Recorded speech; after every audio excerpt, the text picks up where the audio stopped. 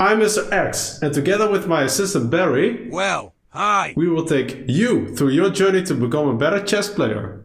From beginner to expert level, we're here to assist you. Do you want to crush your opponents? Keep on watching and make sure to subscribe. This time you're right, Mr. X. Today we will explain you the 3 golden rules of chess. What are the 3 golden rules of chess, Barry? Oh, there you are. Yeah, sure. In the opening there are 3 golden rules. Let us explain them to you one by one. Rule number 1. Make sure to have a pawn in the center of the board. Alright, let me take over from now on as you're a bit slow, Mr. X. Yeah, like Mr. X said, I'm Barry, and let me explain chess to you. This was me on my holiday, by the way. Your chess game is a mess. Let's fix the disaster and subscribe to this channel now. Rule number 1. Control the center with at least one pawn. Why?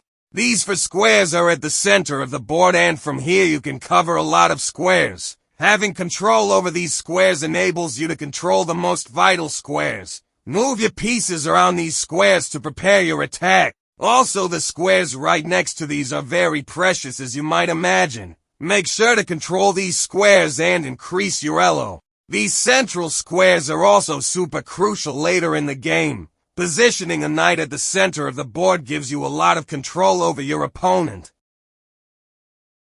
The same goes for the bishop. From the middle it can reach to all sides of the board. Some people refer to it as a wooden shield.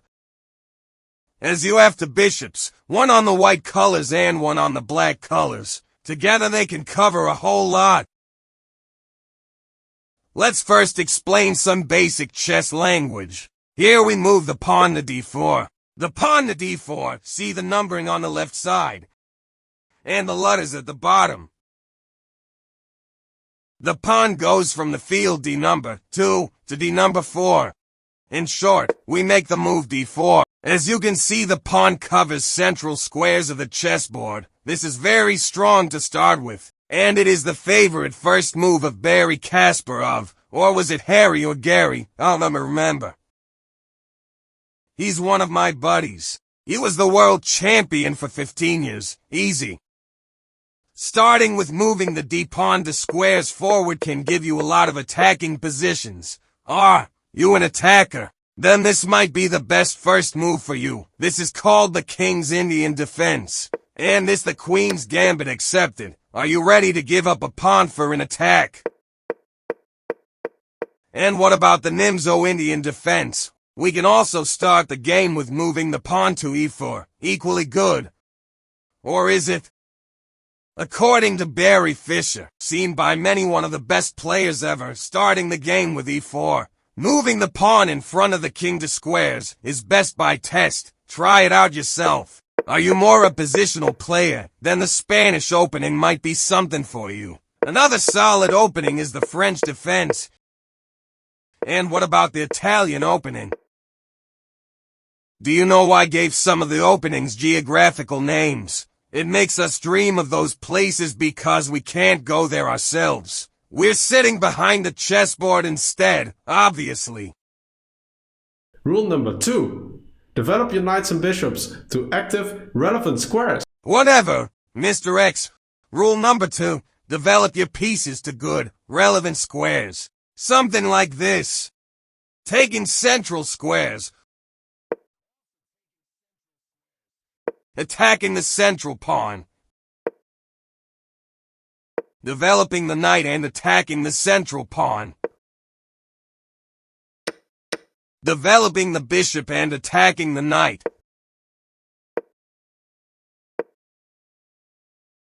Developing the bishop to a great diagonal. The lady teaming up with the bishop on the diagonal. Staying on the diagonal. Developing and having access to a good square. Also finishing development and even connecting the rooks. Awesome. The following example shows you what white should not do. Pawn aiming at the center, also good.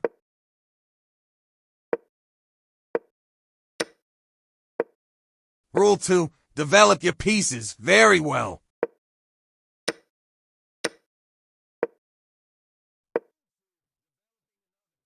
defending and rule 2, prepare to develop. Attacking the piece, white needs to act. Developing another piece, white needs to act again. Attacking another developed piece, white needs to act again. Retreating, all pieces are on the first rank. Only the knight is developed. Rule 3, castling, yes, look at black's development. You need to develop white. And black finishes development. White is as passive as your couch. And black finishes development. Well done. Rule number 3. Bring your king to safety. Rule number 3. Bring your king to safety. This is what happens if you don't. Complete humiliation.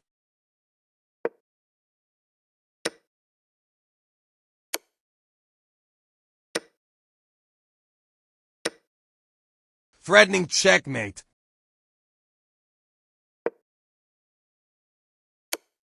Here the king has two options, king f8 or king e6. First, king f8, threatening checkmate again. Covering against checkmate. Check. Checkmate. Now let's look at the other option. Check. The king has to go back. Check. Threatening checkmate. Covering against checkmate. A free knight, Jummy. Beautiful checkmate. These were the golden rules, an example of whom you shouldn't copy, Hikaru Nakamura. He ignores the golden rules with the black pieces in this game. F5, already creating a king weakness on move 1. Instead, try to get a pawn in the center.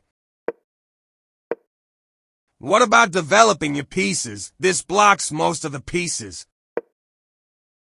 The queen move on move 3. You should not do that. Follow the golden rules instead. Rule number 1, pawn in the center. Yes, a pawn, but think about development.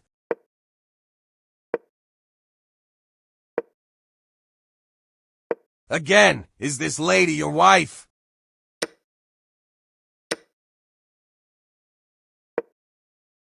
Six queen moves in the first 8 moves. Whatever. No pawn in the center. No development of pieces. Not castling. Not how you should start practicing your chess. Okay, let's see how he finishes this.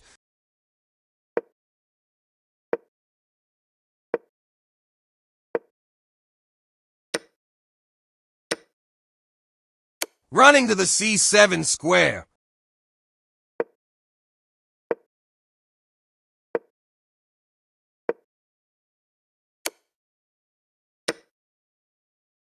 Attacking the knight.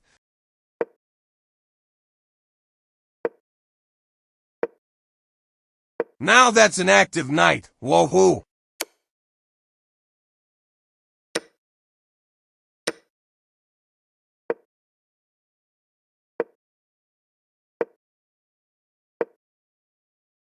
That pawn is coming.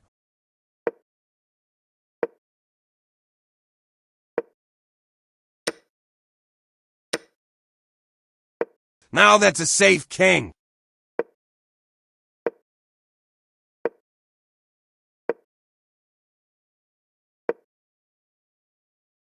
Great control over the file.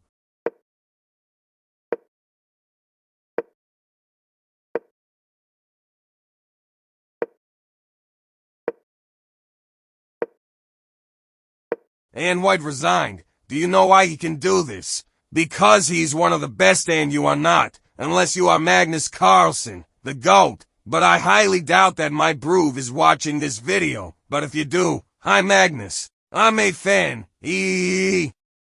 Oh, I didn't know I was live. Mr. X, don't try this at home. Instead, stick to the golden rules, damn asterisk T.